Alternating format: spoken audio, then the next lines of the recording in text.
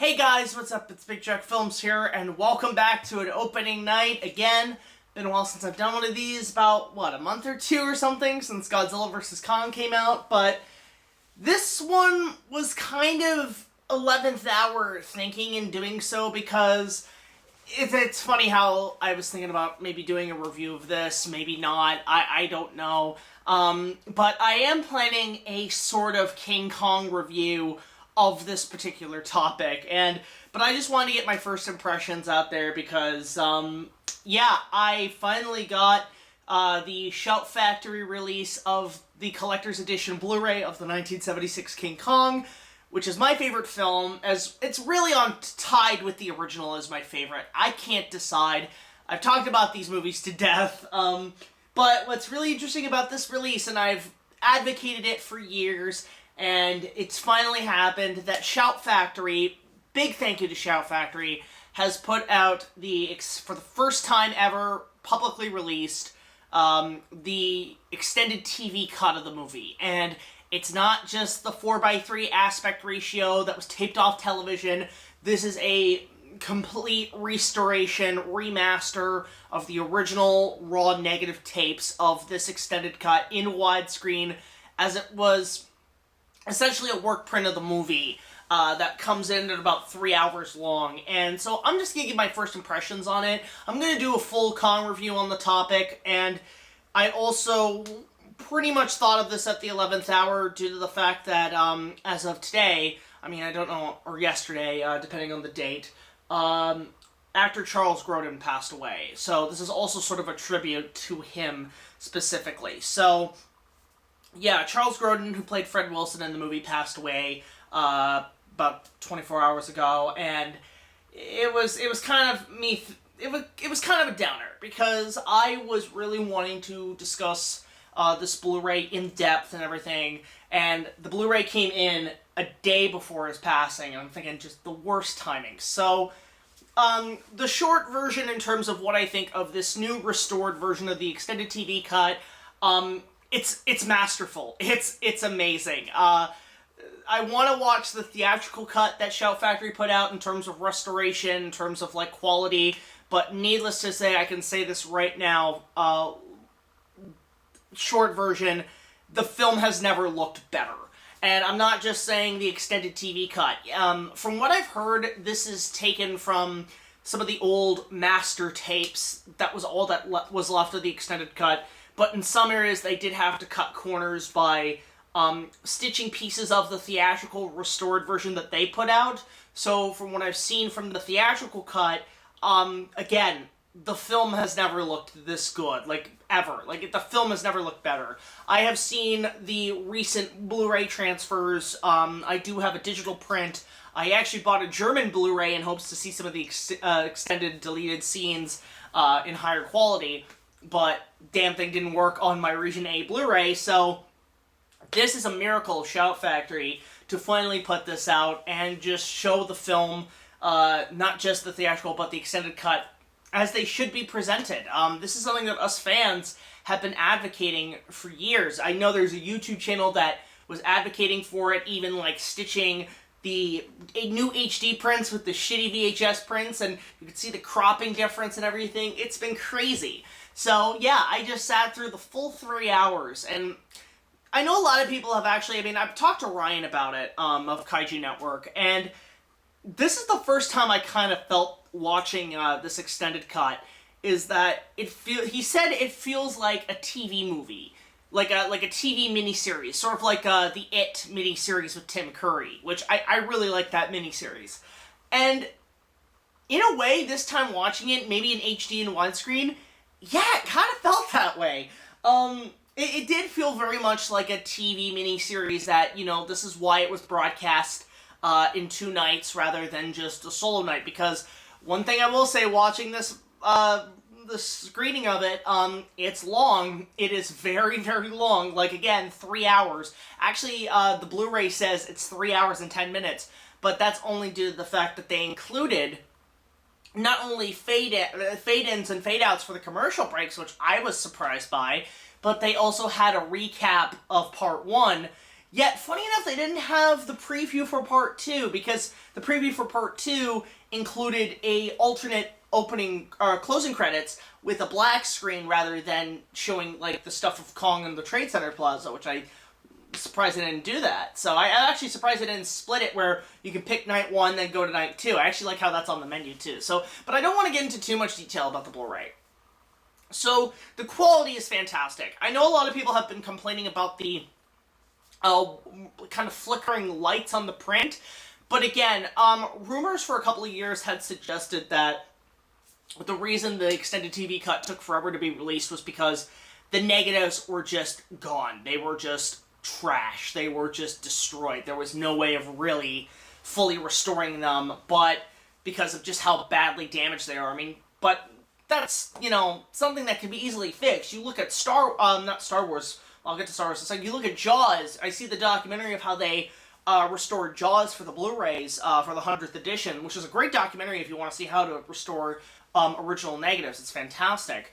But on top of that, I look at Star Wars. That's exactly the same thing that Lucasfilm has been saying about the alternate, original, unaltered versions of Star Wars, is that negatives are really bad. But then you look at things like the despecialized editions. You look at things like Team Negative 1 and OriginalTrilogy.net. I enjoy watching the unaltered trilogy in the grindhouse prints, meaning they're scanned from 35mm film and like shown in theaters, and they look amazing. The best they ever looked. I like the silver screen edition of Star Wars because that's how it looked in 77. It was a glowing 70s film. And this film kind of shows that, but I do like how it keeps the grain, it keeps the sharpness, it doesn't digitally completely clean it up. And I do kind of like that. I kind of gave it that film look, which I'm okay with. But again, it was really cool to kind of see a lot of these shots that were cut, or a lot of scenes that were cut, in full widescreen. Like, you see more of Rick Baker as Kong stomping around the jungle. You see more shots of him destroying the train. You know, you even have a shot of him kind of even more so mimicking the robot. There's one shot where he has to move his arms way down. And I remember seeing that in the aspect, but seeing it in widescreen, it looks so much better. There's a lot of stuff that you're like, you can hear it better, you can see it better, there's less continuity problems. It's great. So I'm actually going to definitely be watching the theatrical cut on the Shop Rectory put out. I am going to watch the audio commentaries. I'm going to listen to those as I edit other videos, including this one that I'm going to work on with the Blu-ray unboxing as part of the Kong reviews, as well as others. But there's still a lot to go through. Again, this is just sort of my first impressions of the extended TV cut of Kong 76, and there's just so much to discuss. I really did dig, especially the first act. It's funny, the first half it's funny, like, for the longest time, I felt the first half really dragged, and then the second half picks up. This time, again, it's kind of flipped on its head. The first act goes by so fast that the second act actually kind of drags itself out, and I was thinking, ooh, that's an interesting way to watch it this time around, which I thought was kind of interesting. So, yeah, like, there's just so much going on in this cut, and I, again, highly recommend it to everybody who's a fan of this movie, who's a fan of King Kong, who wants to just see more shots of Rick Baker stomping around, who wants to see more Jeff Bridges and Jessica Lange and Charles Grodin, which I feel like I do need to talk about. Charles Grodin is one of the best things about this movie. He was second billing in the trailers and the posters, and I just want to kind of talk about his legacy. I mean, he was a Broadway star before he got the role. He was a very popular character actor. He was a very funny comedian, which I've started to notice now, looking up some of the footage of him after he passed away 24 hours ago. And I realized how funny the goddamn guy was. I wanted to meet him. I did want him to sign my poster. I did want to discuss Kong with him. But there is an interview with him in a TV documentary about the Kong encounter at Universal. And apparently when he auditioned, he wanted to be the Jeff Bridges part, Jack Prescott role. But they decided he looked better as a bad guy. And apparently also, like, he was talking about how, like, apparently his character had actually survived the ordeal, which you see in the extended cut, where, you know, the Kong's foot stomps on him, but it's just his hat. So apparently there's another cut out there that it's never been seen. It's probably lost to time where Fred was kind of crying and being all pouty, but the previous screenings hated it, so they just changed it where he got killed.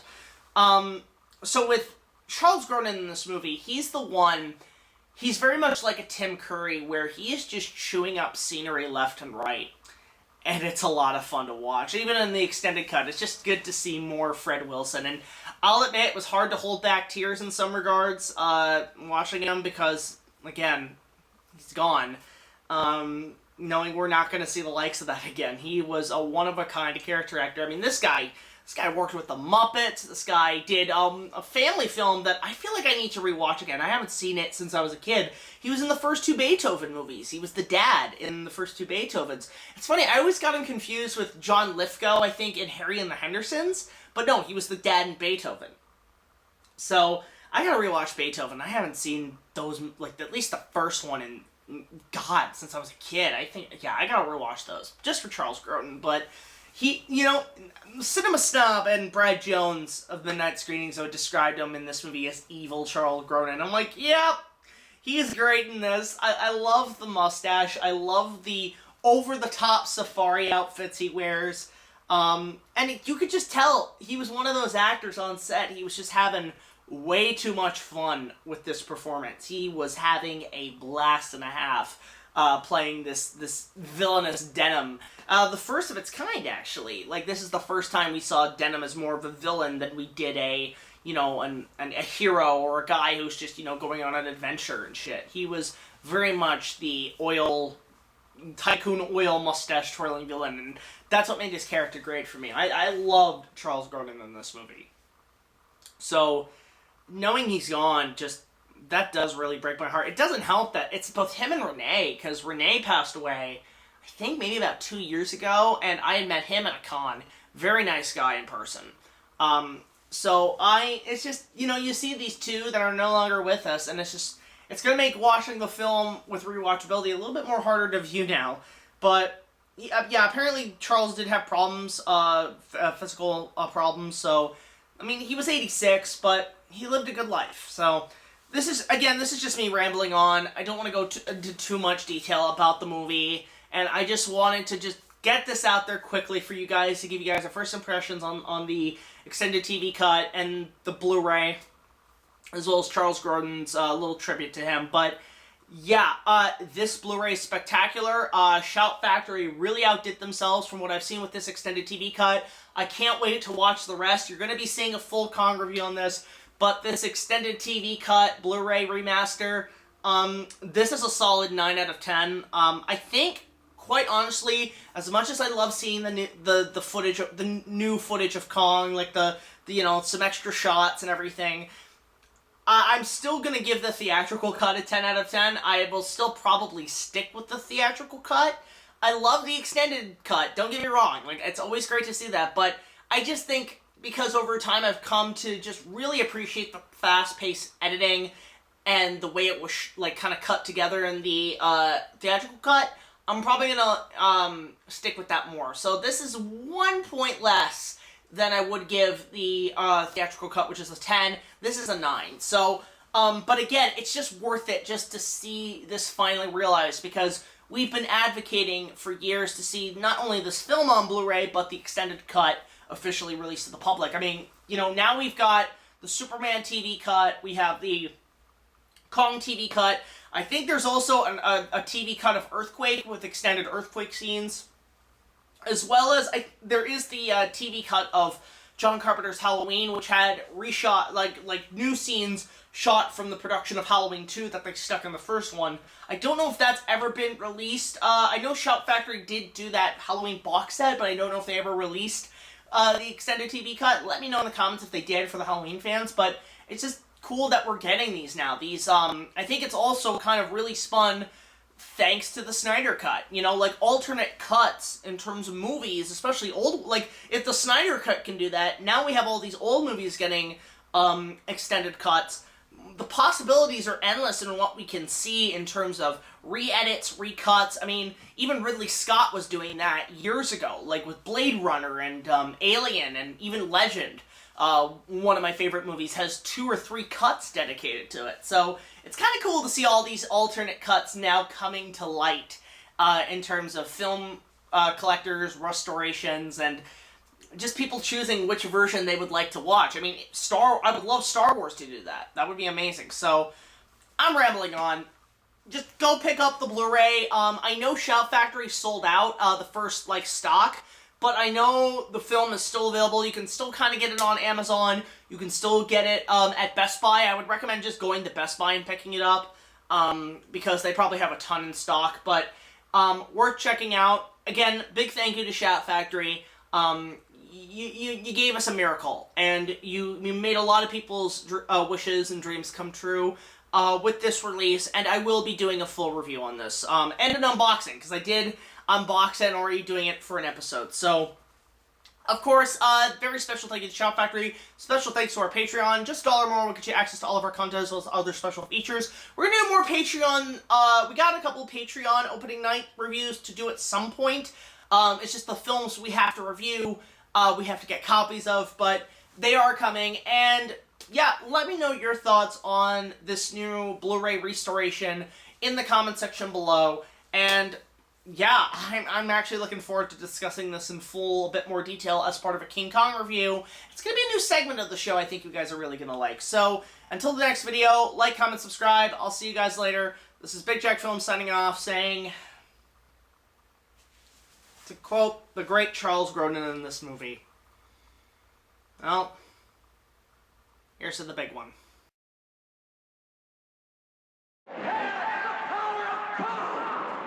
Veterans!